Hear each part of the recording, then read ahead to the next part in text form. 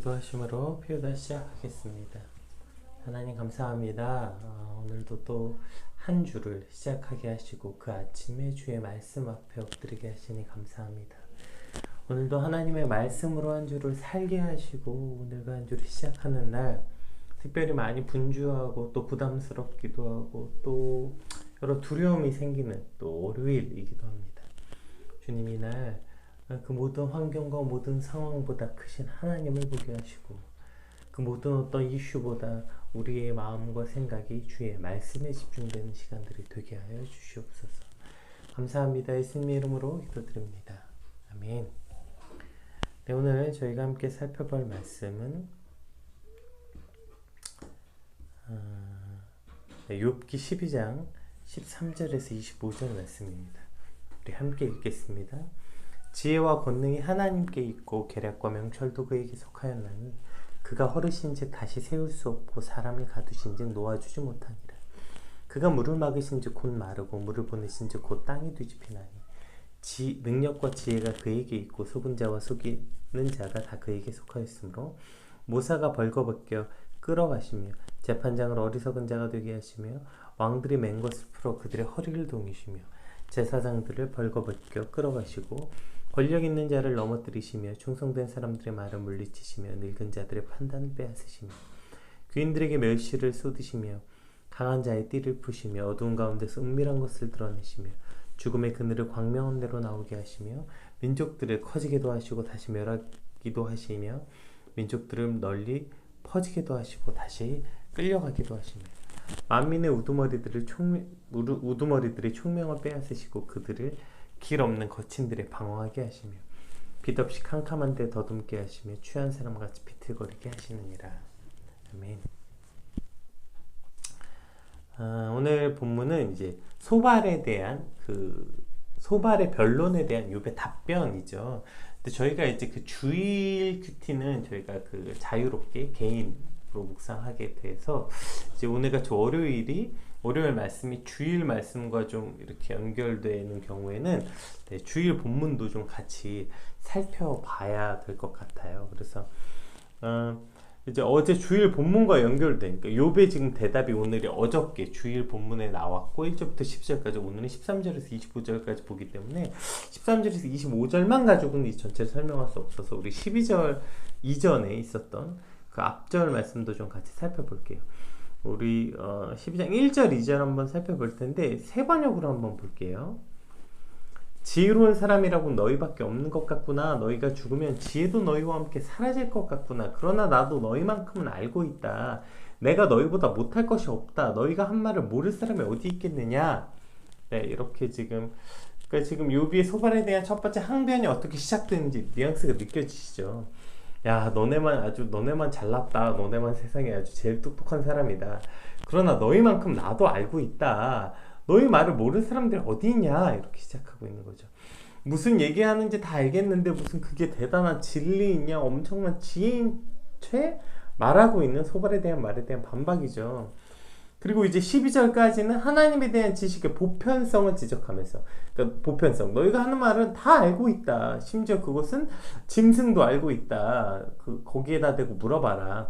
그것은 보편적인 지식에 지나지 않는다. 라고 11절까지 말하고, 이제 오늘 13절부터는 하나님의 권능은, 하나님의 일하심은 그러한 보편성을 뛰어넘은 초월적인 것을 강조하고, 하나님의 절대적인 주권과 섭리에 대해서 오늘 본문 13절 이하에 말하고 있습니다. 따라서 이제 12절은 13절 이하의 내용을 말하기 위해서 나온 내용이거든요. 12절 한번 볼게요. 네, 12절에 이렇게 나오죠. 늙은 자에게는 지혜가 있고 장수하는 자에게는 명철이 있느니라. 자, 이 말이 이제 이하 13절 이후에 하는 말들에 대해서 말하고자 12절에 저렇게 말하고 있는 거예요. 그래서 이렇게 보면 12절만 딱 빼서 보면 나이든 사람들에 대한 지혜를 리스펙하는 것처럼 느껴지지만 그 아래 연결된 13절부터 말하고자 하는, 즉 나이가 많은 자도 다소 지혜가 있긴 하겠지만 하나님의 지혜와 권능 앞에, 권능은 인간이 나이를 먹어서 알 수 있는 것들, 뭐 그런 것들이 아니고 초월적인 것임을 강조하고 있는 거죠. 그래서 자신들의 오랜 경험과 전통에 근거한 하나님에 대한 지식이 절대적인 것처럼, 그것이 뭐 대단하고 어마어마한 것처럼 주장하고 있는 친구들의 어리석음을 말하고 있는 것입니다. 그래서 이러한 뉘앙스로서 세 번역은 12절을 이렇게 번역했어요. 네, 한번 읽어볼게요. 노인에게 지혜가 있느냐? 오래 산 사람이 이해력이 깊으냐? 라고 그 물음표를 넣은 거죠. 그러한 노인에게만 지혜가 있고 오래 산 사람에게만 그런 깊은 통찰력이 있다고 생각하냐? 하고 이제 오늘 본문이 등장하는 것입니다. 우리 13절에서 15절 한번 읽어볼게요. 지혜와 권능이 하나님께 있고 계략과 명철도 그에게 속하였나니 그가 어르신즉 다시 세울 수 없고 사람을 가두신즉 놓아주지 못하느니라. 그가 물을 막으신즉 곧 마르고 물을 보내신즉 곧 땅에 뒤집히나니. 그러니까 그 지혜가 나이와 경험이 있다고 생각하냐? 정말 지혜, 나이 먹으면 똑똑하다고 생각하냐? 묻고, 지혜는 나이와 오래 산 데서 오는 것이 아니라 참 지혜와 권능은 하나님께 있다, 이렇게 13절에 말하고 있는 것입니다. 14절에 인간이 허문 것은 하나님이 세울 수 있으나 하나님이 허무신 것은 인간이 어쩔 수 없으며 홍수와 가뭄 앞에서도 사람은 아무것도 할 수 없고 그 모든 것을 주관하시는 분은 오직 하나님이시다, 이렇게 선포하면서 인간의 영역을 뛰어넘는 하나님의 능력, 그러니 하나님의 영역에 대해서 그렇게 쉽게 말하고 자신들의 이해의 범주 안에서 그것이 어떤 절대적인 진리인 양 말하지 않도록 그러한 교만을 범하지 말라고 지금 간접적으로 그 욥의 친구들에게 욥이 말하고 있는 것입니다. 그러니까 너희가 무슨 그렇게 뭐 지혜, 그러니까 지금 이 고대 이제 근동의 이 변론에 대한 그 보통 우리가 생각했을 연장자부터 쭉 말하고 있다고 했잖아요. 그러니까 이 연장자였고 이들이 당대 왕 그리고 각 부족장 당대 현자들이었기 때문에, 그러니까 너희들이 가지고 있는 그 경험, 전통, 뭐 나이, 그 모든 것들이 지혜의 근본일 수 없다. 그러니까 그것만 가지고 그것이 너희가 경험한 그 모든 것을 하나님의 절대적 지혜인 양 말하면 안 된다. 그러한 교만을 범하지 말아라. 이렇게 오히려 친구들에게 말하고 있는 것이죠. 우리 16절에서 25절까지 그냥 한번 쭉 다 읽어볼게요.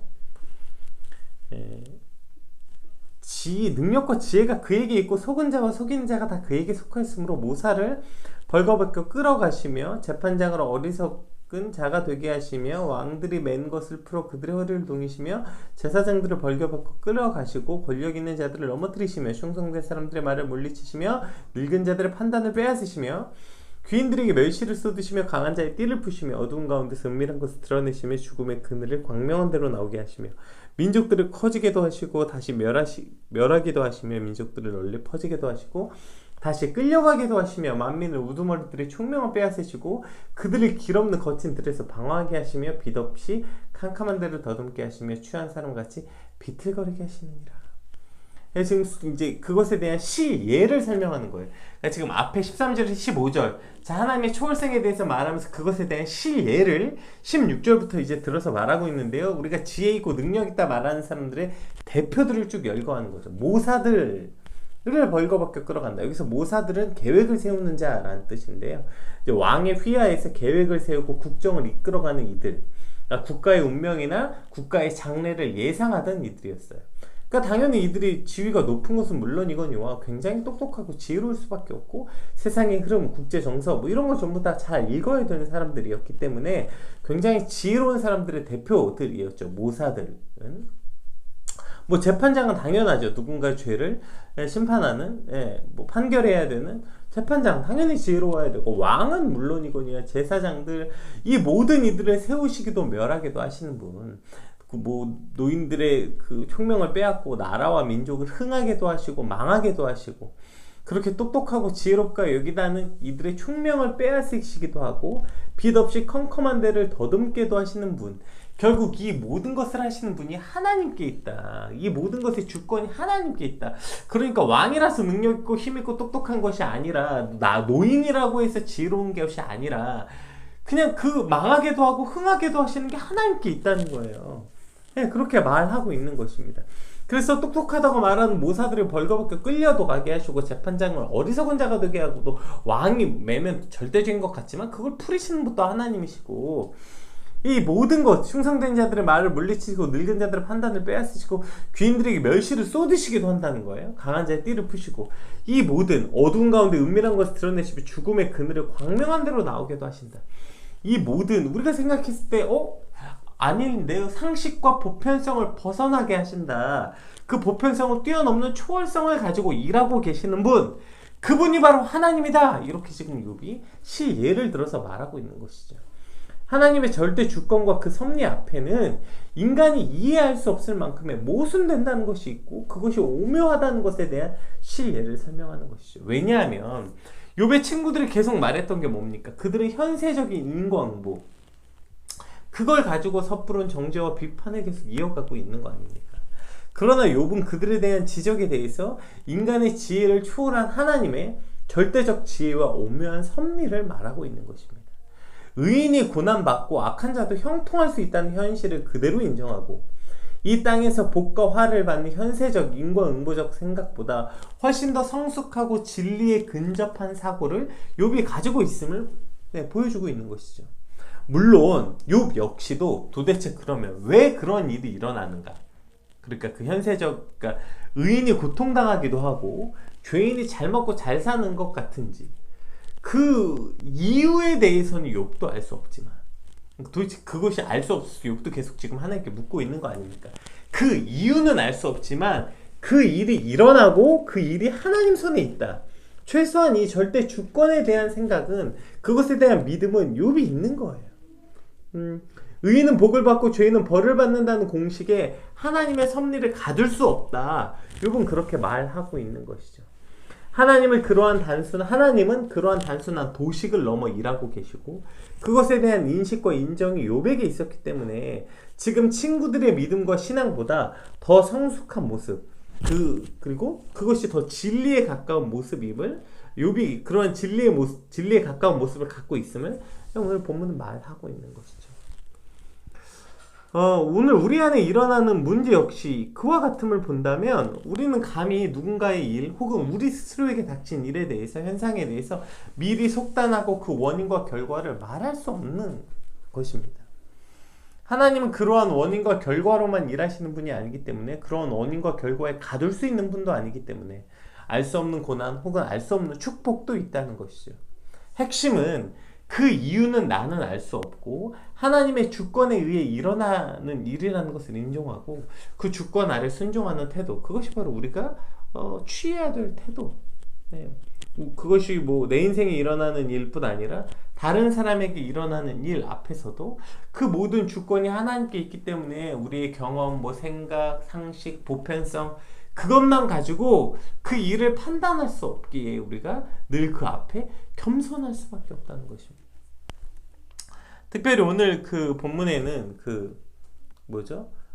나이 든 자, 경험이 많은 자, 지혜로운 자의 상징, 전문가, 왕, 제사장, 이러한 이들을 넘어뜨리기도 하시고 총명을 빼앗으시기도 하는 분이 하나님이라는 것입니다. 그래서 그러한 능력, 경험이 핵심이 아니라 그것을 허락하시는 분 또는 그것을 다시 거두어 가시는 분, 그 모든 것이 하나님이시라는 것, 즉 모든 능력과 권세가 하나님께 있다는 사실을 깊이 기억해라, 이것을 선포하는 일인 것이죠.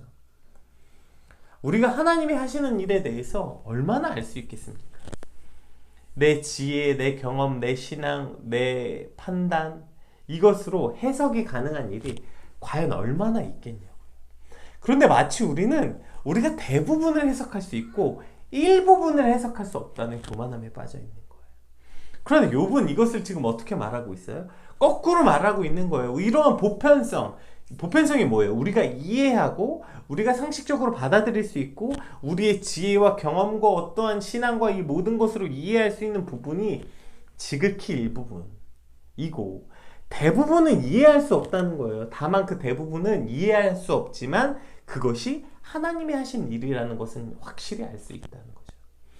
그 대부분은 우리가 이해할 수 없지만 그 모든 일을 주관하신 분이 하나님이시라는 건 알 수 있다는 거예요. 이것이 온전한 신앙이라는 것입니다. 그런데 우리는 마치 이 주권에 대해서 인정하는 것처럼 말하면서 그 대부분이 내 이해의 범주 안에 있다는 착각 속에 있다는 것이죠. 지금 욥이 친구들에 대한 어리석음을 꼬집는 부분도 바로 거기 있는 것입니다. 오늘 한 주를 시작하는 우리 안에 아마 또 수많은 일들이 벌어지겠고, 지금 출근길에서 함께 이 시간들을 함께 하시는 분들은 출근하면서 오늘 일어나야 될 업무, 한 주간 또 시작돼야 될 업무, 또 한 주간 우리의 삶을 우리가 지난주에 비춰서 이번 주를 보면 이러한 일이 일어나겠구나, 이러한 스케줄이 있고 이러한 일들이 일어나겠구나, 어떠한 판단들이 서지 않습니까? 그리고 그런 것들이 너무 익숙하게 어떠한 원인과 결과를 내가 판단하는 위치에 서 있다고 착각하게 될 때가 많죠. 한 주를 시작한 오늘 우리가 해야 될 일은 내가 이제 이런 일이 일어나겠구나, 이러한 원인과 결과로 이러한 일들이 벌어지겠구나 예단하고 예상하고 그것을 판단하고 솔루션을 만들고, 이런 것이 오늘 우리가 해야 될 일들이 아니라 오늘 우리가 할 일은 뭡니까? 그 모든 주관자가 하나님, 아마 이번 한 주간 우리 안에 우리가 이해할 수 없는 일들이 일어나겠죠. 우리의 보편성을 뛰어넘는 일들이 일어나겠죠. 내 경험과 내 신앙, 우리가 생각하는 상식의 범주로 벗어난 수많은 일들이 일어나겠죠. 근데 그것이 내 범주 안에 있다고 착각하고 그것을 굳이 애써 짜 맞춰서 내 이해 안에 끌어들이려는 노력을 하는 것이 아니라 한 주를 시작하면서 그 모든 것을 그대로 인정하는 것입니다. 하나님, 내가 하나님의 일을 어떻게 다 알겠습니까? 아니, 다 알겠습니까? 라는 말 자체가 오류죠. 다 알지 못하니까 일부분 알지 못한다는 뜻으로 이것을 사용하니까요. 우리가 하나님이 하신 일을 어떻게 알 수 있겠습니까? 나는 하나님이 하신 일의 지극히 일부분밖에 알 수 없는 자입니다. 따라서 그러나 내가 알 수 있는 건 내 인생이 일어난 그 모든 일들과 우리 삶 모든 전반에 일어난 그 모든 일들을 주관하시는 분이 하나님이시라는 것. 하나님은 세우시기도 하시고 빼앗기도 하시는 그 모든 권능과 주권이 하나님께 있다는 것. 따라서 오늘 우리는 겸손히 하나님 앞에 엎드려 하나님을 이렇게 간구하고 하나님의 지혜를 엿보고 하나님의 지식을 소망하는 것. 이것이 오늘 나의 역할이라는 것. 그래서 한 주를 시작하면서 여전히 나는 주님밖에 없습니다. 그래서 주님의 지혜가 필요합니다. 오늘 그렇게 엎드려 주님 앞에 나아가는 또 저와 여러분 되시길 주님의 이름으로 축복합니다. 오늘 특별히 한 가지 더 살펴보기를 원하는 것은 우리가 초반에 살펴보았던 이 나이든 자에 관한 이야기예요. 12절, 그러니까 오늘 13절이 어떠한 배경에서 나왔는지 알 수 있죠. 그러니까 왜냐하면 지금 욥의 친구들이 그 자신들이 나이든 자로서 경험에 대해서 말하고 있는 것에 대한 반증으로서 욥이 말하고 있기 때문에 오늘 그것에 대해서 조금 더 한번 같이 살펴보기를 원해요. 그리고 또 10 몇 절에도 나오죠. 오늘 본문에도 20절에도 나오죠. 충성된 자들의 말을 물리치시고 늙은 자들의 판단을 빼앗으시며, 이렇게 이제 나오죠. 그러니까 물론 이제 요즘은 이런 것들이 많이 뭐 장유유서의 개념이 좀 많이 없어졌고, 뭐 나이 든 사람들에 대한 존경과 존중이 사실은 많이 사라진 시대이죠. 그래서 이제 그 뭐죠? 그것을 비꼬는 말, 그 라떼는 말이야, 그거. 그 말하는 것 자체가 꼰대라는 말이 나올 만큼 어쨌든 뭐 이러한 형태로서 빠르게 변한 시대 속에서 오히려 이제 나이 드신 분들이 젊은 사람들의 도움을 받지 않으면 살 수 없는 시대를 우리가 살아가는 것이 사실입니다. 그런 어떤 리스펙들이 사라져 가고 있죠. 따라서 그것이 기독교 전통의 가치에 우리가 그들의 경륜을 무시하거나 순종하고 순복하는 것을 당연히 가져야 하지만, 그러나 우리가 반드시 생각해야 되는 게 뭐예요? 내가 나이든 자로서, 그러니까 우리가 나이든 자를 존중하고 존경하는 입장이 아니라 나도 나이든 자로서 생각해야 된다는 거예요. 제가 여러분 요즘에 혹시 학생부 아이들 만나보면 이렇게도 말합니다. 한 3, 4살 차이가 나는데 꼰대라는 거예요. 자기들끼리. 그러니까 13살이 16살 보고 꼰대라는 거예요. 이게 이해가 되세요? 그러니까 우리가 말하는 그 나이든 자라는 게 어떠한 기준을 놓고 뭐 60세 이상을 말하는 게 아니라 상대적이라는 거예요. 상대적이라는 거. 누군가의 입장에서는 제가 그렇겠죠. 그러니까 제가 이렇게 목사로서 어떠한 단체의 대표로 있고 또 그 사람들 훈련시키다 보니까 거기 있을 때는 제가 굉장히 연장자 같지만 또 제가 목사님들 세계에 들어가면 저는 그냥 되게 막내고 아무것도 아닌 사람이 되는 거거든요. 또 우리가 나이 든 자라는 게 어떠한 내가 20살이니까 나는 젊은 자라고 판단할 수 있는 것도 아니고 나는 60이니까 나이 든 자라고도 판단할 수 없다고요. 상대적으로. 그러면 12살, 13살에게 20살은 나이 든 자일 수밖에 없는 거예요. 그렇죠? 그리고 80, 90인 분들에게 60살이신 분은 나이 들지 않은 자가 될 수밖에 없는 것이죠. 어떠한 이러한 객관적 사실 앞에 우리가 그러면 나이 든 자로서의 입장으로 된다면 우린 누구나 나이 든 자가 될 수 있다고요. 여러분이 15살이든 20살이든 60살이든 누군가에게 우리는 나이 든 자가 될 수 있는 거죠. 여기서 말하는 나이 든 자가 뭡니까? 그 메시지 성경에서는 이 12절을 조금 더 이러한 뉘앙스로 해석했는데 제가 읽어볼게요. 노인들만 지혜를 독점한다고 생각하냐? 나이가 지긋해야만 인생을 알게 될 거라고 믿는가? 라고 표현되어 있어요. 여기서 하고자 하는 이야기가 뭘까요?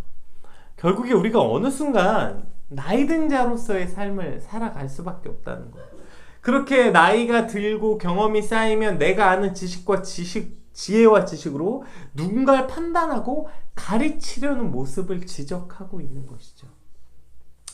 며칠 전에 어느 썸네일에 정확한 내용은 기억이 안 나는데 아름답게 나이 드는 법인가? 이러한 썸네일을 본 적이 있는 것 같아요. 그러니까 우리가 나이를 먹는다는 것, 그렇게 우리가 한 살 한 살이 되어 간다는 것, 어느새 나이가 들고 누군가에게 계속 조언을 해야 되는 자리가 되는 것이죠. 그럼 누군가에게 이러한 저러한 말들을 하는 자리가 될 때 우리가 반드시 늘 경계하고 생각해야 되는 부분들이 여기 있다는 것입니다. 그러니까 우리가 마치 그들보다 더 많은 것을 내가 알고 있다. 내가 더 많은 것을 경험했다. 아마 너희는 모를 거야 라고 선정하고 말하는 것. 이미 그렇게 너희는 모를 거야 라고 생각하는 그 모를 거야. 그런데 오늘 욥이 그걸 뭐라고 말합니까? 너는 아직 연소해서 모를 거야 라고 말하는 그 모를 거야 보다 욥은 훨씬 더 많은 걸 알고 있다는 거예요. 이미 욥은 훨씬 더 많은 것을 그들보다 더 깊은 신앙의 경지와 더 깊은 진리에 가까운 자가 오히려 욥이었다는 것입니다.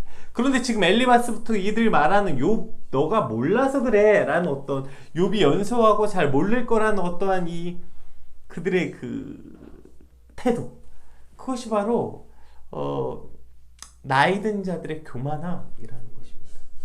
네, 오늘 말씀은 당연히 저에게 가장 먼저 적용이 되겠죠.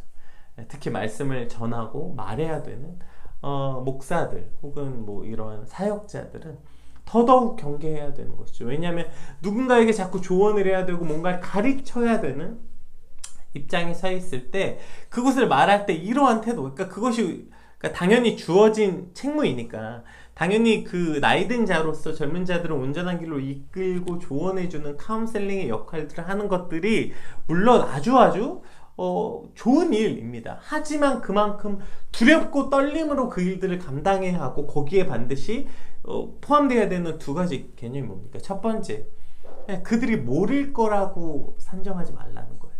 그러니까 너희는 모르고 난 알고 있어 라는 태도로 접근하는 것 자체가 교만의 시작이 될 수밖에 없다. 특히 나이 든 자들의 교만이라는 것입니다. 너희는 모를 거야, 너희는 모르고 나는 알아 로 시작되는 어떠한 말들이 결국에 교만함일 수밖에 없고 그 교만한 위치에서 하는 조언들이 사실 아무런 의미가 없고 심지어 그 나이 든 자지만 나야말로 모를 수 있다는 거예요. 나야말로 모르는 자일 수 있다는 것이죠.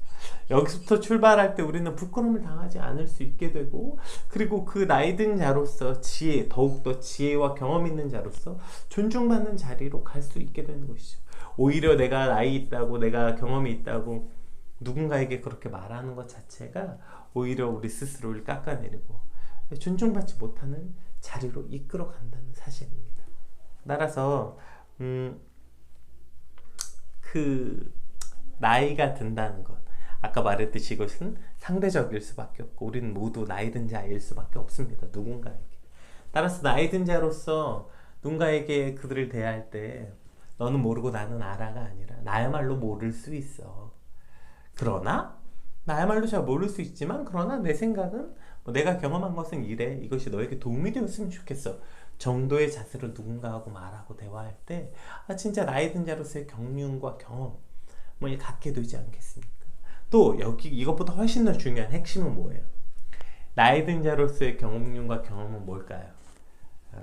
그 모든 지혜와 능력이 하나님께 있다는 것을 보여주는 거. 이것이 그래? 그러니까 잘 몰라? 오케이, 알려줄게. 일로 와봐. 뭘 알려줄 건데요? 우리가 알려줄 거 단 한 가지밖에 없어요. 너도 나도 하나님의 지혜와 경륜 앞에 아무것도 아니라는 거예요.